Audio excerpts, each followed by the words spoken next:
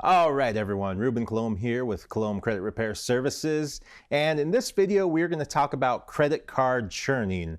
You may have not heard of this, or maybe you do this, and or you've heard about it, you want to learn a little bit more. So I'm going to talk about the pros and cons and the different ways it may help or hurt your credit scores. So first, what is credit card churning?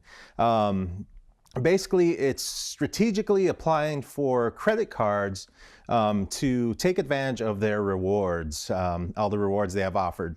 There is a high risk for doing this, and I will explain that later.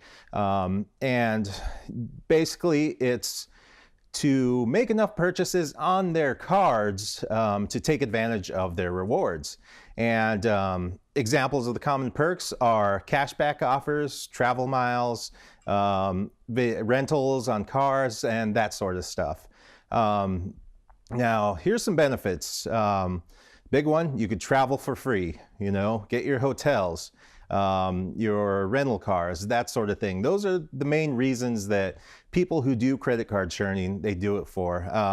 And I know someone who is an expert in this. He's been doing this for years. They travel all the time.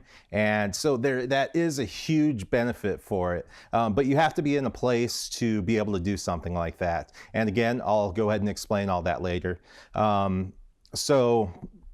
The other thing that you could do is you could use multiple cards to take advantage of their different rewards. Say one card gives you great rewards for air miles, and the other card gives you great rewards for hotel fees. So, you kind of mix and balance those cards and to take advantage of all the rewards. Now, some of the dangers. You can risk overspending and because you want to get those rewards, and you might spend more money on something just because in your mind I want the reward. It might be $100 more here than it is there, but that's $100 more towards the credits, towards my rewards. And the other thing is charging more than you can afford and more than you can make the payments at the end of the month. And the big thing is for something like that, you want to make the full payments at the end of the month. It's not for someone who can just do the minimum payment every month. You want to be able to pay that card off every month. So basically, you want to treat that card when you use it as cash that you have on hand. So you're not ending up in the hole just because you want to get some rewards. The other thing is that could definitely hurt your scores. When you start doing this, obviously you're applying for different credit cards. So you're having added inquiries on your credit report, which amounts to 10% of your score. And so that is one of the big things that can happen. I mean, you might sign up for 3 or 4, so that's 3 or 4 new inquiries. The other thing is it'll lower your average age of credit history. Now, your average age of credit history is an average of when your oldest account and your newest account. Let's say it's your average age is 5 years. All of a sudden you have 2 or 3 new credit cards. It could lower that to 2 years or 1 year. And that's also a certain percentage that amounts to your credit score. So the other thing is maxing out those cards lowers your credit ratio because I believe that's 30% of your credit score amounts to how much of your available credit that you're using. So if you max them all out and they report as maxed out, even if they're paying at the end of the month, that can affect your credit score because you're showing that that kind of looks like you're relying on your credit cards when you're not. In reality, you're not. But it still shows that you're relying on your credit cards. And like I said, even if you're paying it off in full at the end of the month, depending on the dates when those credit card companies report to the bureaus, it might report that full balance before you've made that payment. So it's important to know when those cards report, and you can see that on your credit reports. You can see, okay, American Express reports on the 10th of every month, so I got to make sure I make my payment, a couple days beforehand, so it shows up as 0 on there, so I'm not showing that full balance. So that's really important. Also, if you're not in financial means to be able to do something like that and you end up with late payments, that is a huge percentage of your score. Any new late payments really affect your credit score. I've seen late payments drop someone's credit score, you know, from 50 points all the way to 100 points. It's those, anything that's new, any new negative items are affect your score big time. So that's one of the reasons you want to be careful, and you want to make sure you are in a financial spot to be able to do credit card churning. So this isn't for, you know, someone who's working on their credit right now, or, you know, you know, their score is just enough to get some credit cards. You don't want to do something like credit card churning. The other thing is, you may end up paying more in credit card fees and interest than you would actually earn in the rewards. So none of that may even make sense, because at the end of the, you know, when your payments are due, you know, your interest is very high. That could be money that you could use towards a trip. So it might not make sense.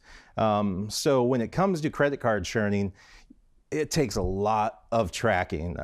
You want to keep an eye on everything. So not only is it researching all the cards, it's actually keeping a log of every card and what you've earned, knowing your different credit limits on each card, you know, researching the different rules and the fees and the due dates, and knowing when all that happens and balancing all that. And also being able to track at what point you're meeting those marks to get those rewards. And you know, lots of those cards that have annual fees too, I mean, they could be huge annual fees, and you know, it may not make sense. If you have a $400 annual fee but only costs $300 to stay in this hotel, that doesn't make any sense at all. Now here's some tips. Start small. Start with 1 to 2 credit cards. You know, if you really want to play it safe, just start with 1 credit card that maybe you can earn some travel miles on. And create a plan and a goal. You know, for that credit card, I want to earn, you know, airline miles. So this is what I need. This is what I should spend every month. This is the payment I can afford. So like I said, it's all about research and planning and creating goals. So this isn't for the average person. This is someone who has the time to really take advantage of this. And you want to also read the fine print on those credit cards, because you might not know exactly what the interest rate is, or you know, there might be a cap on the rewards, anything like that. So make sure that you read the fine print before you sign up for those cards, because it might not be the card for you. And there are also Facebook groups out there for people who do this, and join those. You know, you ask questions, learn a bit more, and that's always a good place to start too when you're beginning. And research is what it's all about for something like this. Credit card churning, it's almost like a second job. But I know someone who travels all year long with him and his wife, and he gets most of his flights for free, his hotels for free, all because he's an expert at doing this. So it definitely has an advantage if you have the time to research and keep track of everything, and you're in a good financial space. So that is credit card churning in a nutshell. Feel free to ask any questions that you may have in the comments. If you're watching this on YouTube, subscribe to my channel, like the video. If this is something that you want to share to your Facebook group or to your Facebook friends, feel free to do so. And if you're interested in credit repair and credit consulting, feel free to message me. You can go to my Facebook group at Colombe CRS. And even, you know, follow that, like that page. I'm always putting on credit tips and doing these videos. And even if you're not in a bad spot financially, or you know, you don't have bad credit, there's still good tips on there. So it's for everyone. And so I want to thank you all for joining me, and we'll talk to you next time.